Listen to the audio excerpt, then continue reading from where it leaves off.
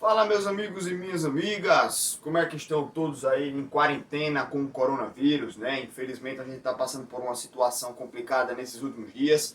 Todas as competições de futebol foram adiadas e todo mundo está sendo orientado a ficar dentro de casa, né? Então eu espero que todos vocês estejam cumprindo todas as normas aí de saúde, todas as recomendações. Espero que todos vocês estejam saudáveis, estejam bem.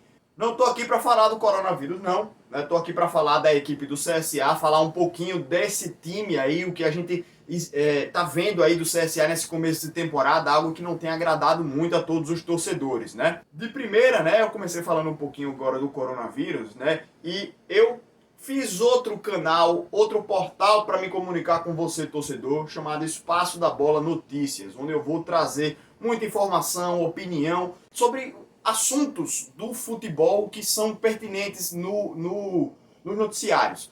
Vamos falar sobre extracampo, sobre torcida, finanças, diretoria, do mundo do futebol de uma maneira geral, né? Um panorama no futebol mundial, futebol nacional. Então, se você gosta de conversas sobre o futebol brasileiro, sobre o futebol de maneira geral, acompanha lá o nosso novo canal, Espaço da Bola Notícias. Vou deixar o link para você se inscrever na descrição aqui do vídeo, beleza? Fiz esse canal para não estar poluindo tanto aqui o feed de vídeos do nosso canal principal aqui, Espaço da Bola, que a gente está sempre fazendo análises do CSA e do futebol nordestino. Então vamos fazer um canal paralelo para a gente poder desviar um pouco o foco também em outro canal, né?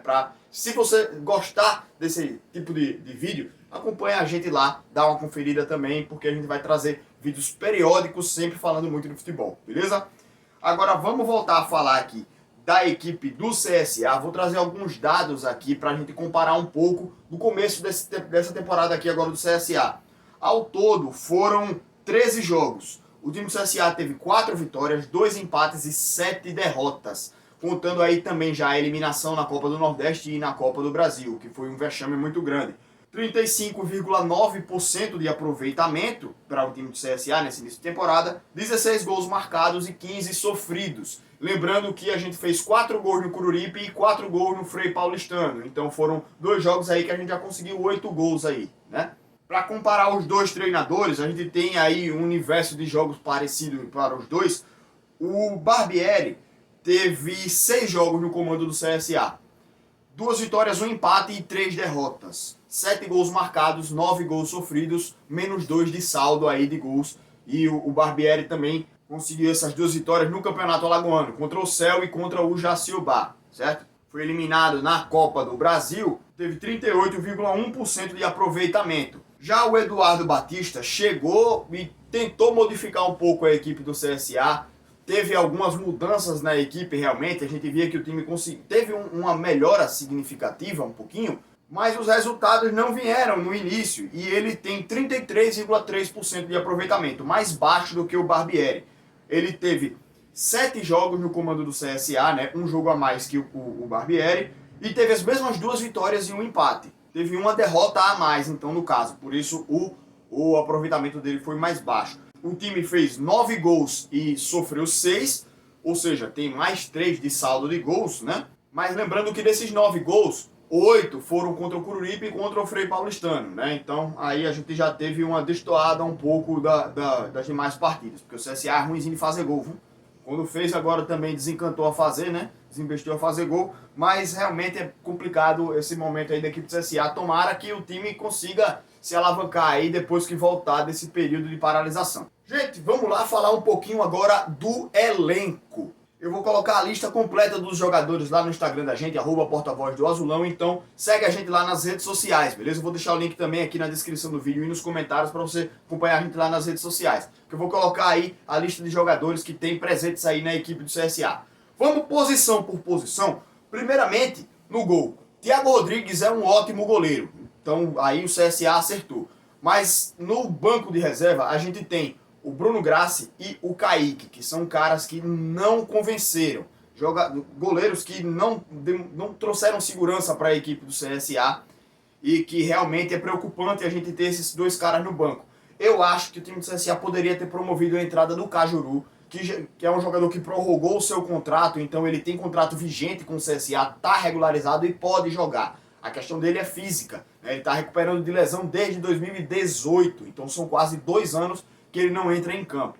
Mas o CSA poderia colocar ele para jogar, por exemplo, contra o Frei Paulistano agora, que era um jogo sem peso e tal, poderia colocar ele para dar ritmo de jogo, para ele ir pegando confiança aos pouquinhos. E ele, se tiver bem fisicamente, pode ser uma ótima peça também de reposição caso a gente perca o Thiago Rodrigues por cartão ou lesão. Então, ter o Cajuru no banco é importante, a gente pode aproveitar ele sim. Vamos agora um pouco para as laterais, e na lateral direita a gente tem o Norberto, o Caio Felipe, um garotão da base que foi promovido, o Mauro, que parece que sua bexiga com meu irmão, inclusive na idade, né, 17 anos, meu irmão tem 16, então é bem parecido até, mas ele ainda não jogou, então não vou falar muito dele, só citar que ele está no elenco.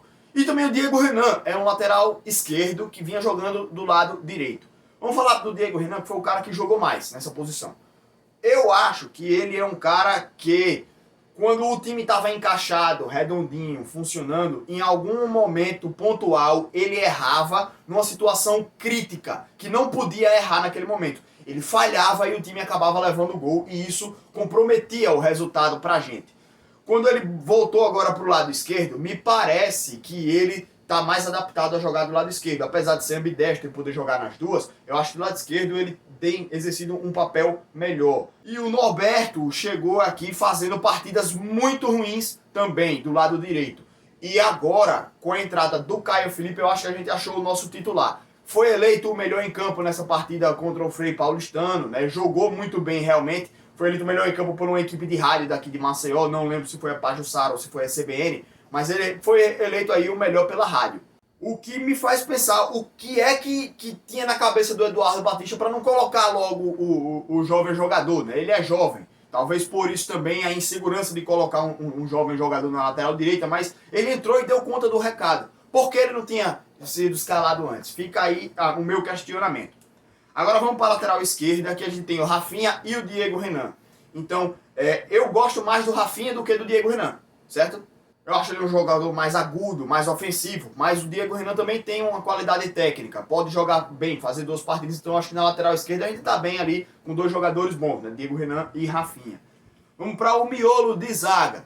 Luciano Castan e Alan Costa começaram meio mal a temporada. Com a troca, a saída do Luciano Castan e a entrada do Leandro Souza, a gente corrigiu o defeito do miolo de zaga, que era a questão do Luciano Castan errar em momentos decisivos também, falhar em momentos decisivos e a gente acaba levando gol, o que comprometia também os resultados.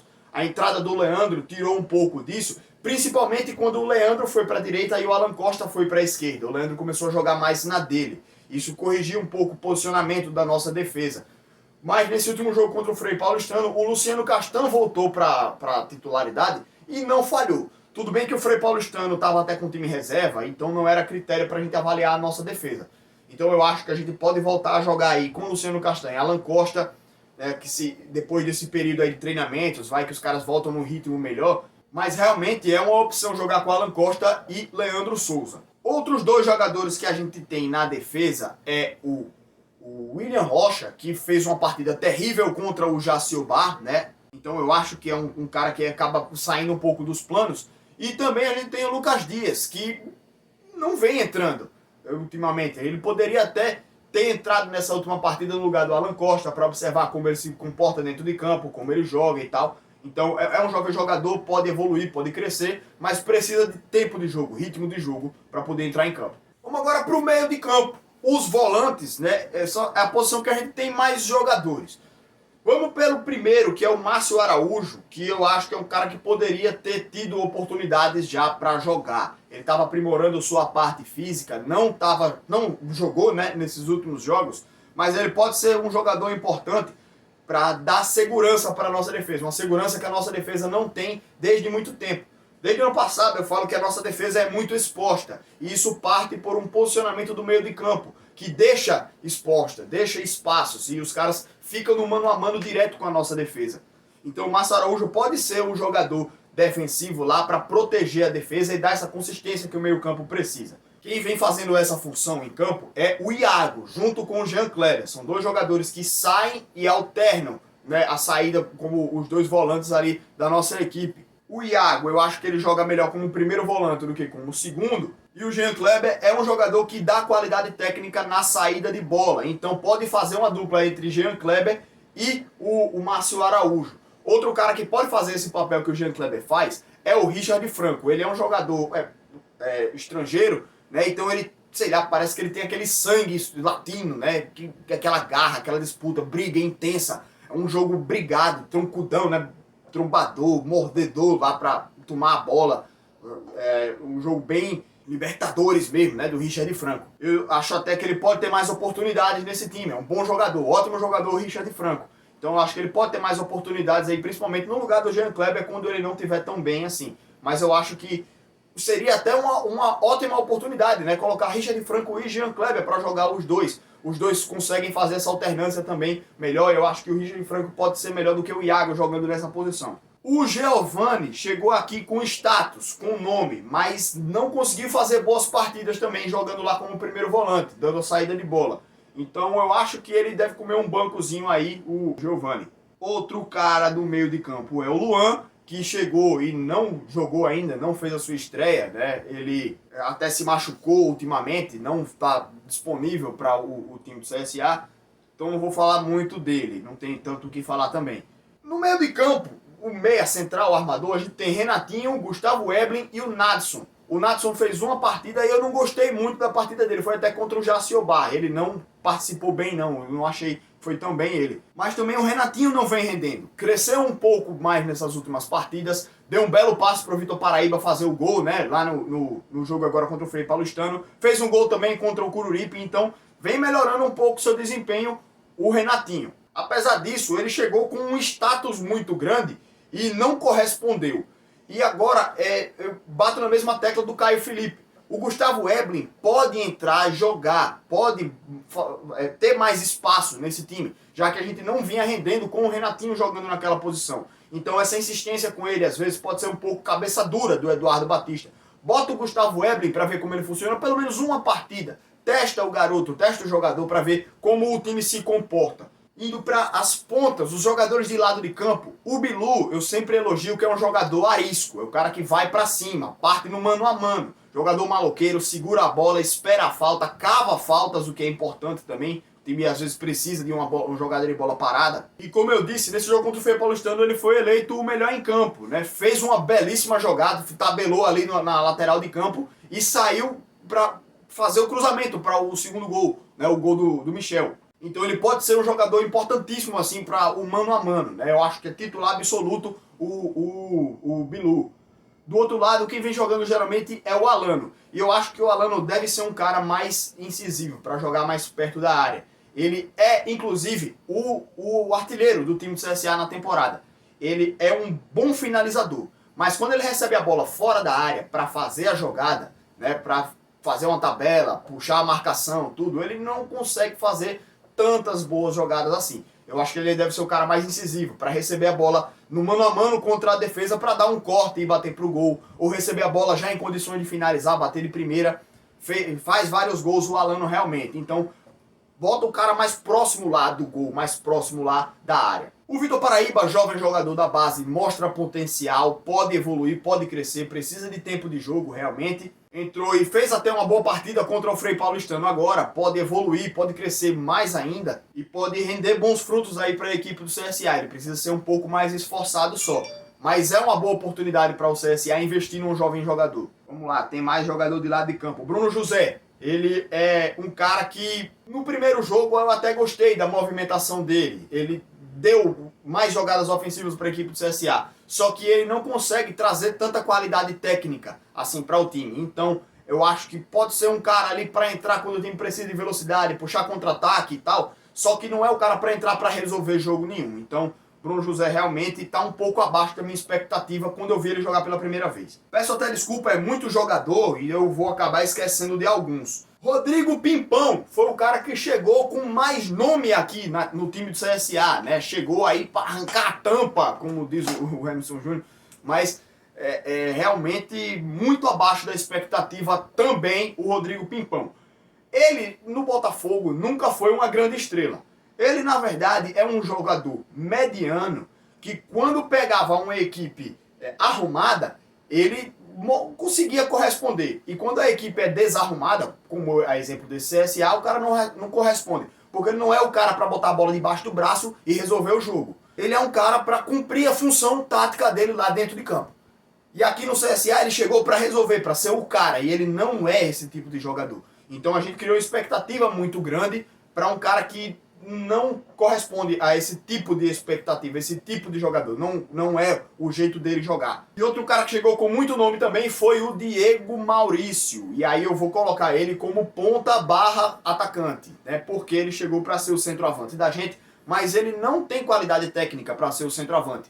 Não é que ele é ruim de bola, é que ele não tem a característica para ser o centroavante, como por exemplo o Michel Douglas consegue fazer bem. Ele não consegue fazer bem o pivô, não consegue fazer aquelas jogadas de tabela. Ao contrário, a melhor jogada que ele fez foi quando ele saiu da área, veio buscar a bola e criou a jogada lá pelo meio da defesa. Deu passe para o Alano fazer o gol, se não me engano foi contra o CSE que ele fez essa jogada. Mas realmente o Diego Maurício pode ser uma opção para jogar de lado de campo, como ponta também, né? Voltar agora a jogar ele junto com o Bilu ou junto com o Alano. Ele pode ser o cara para criar jogadas e não para ser o centroavante. E agora, se eu tirei um pouco o Diego Maurício da área, vamos falar de quem joga lá dentro da área, o Michel Douglas. Quando ele chegou, fiquei muito feliz porque ele foi o melhor atacante que eu vi jogar no CSA nos últimos anos.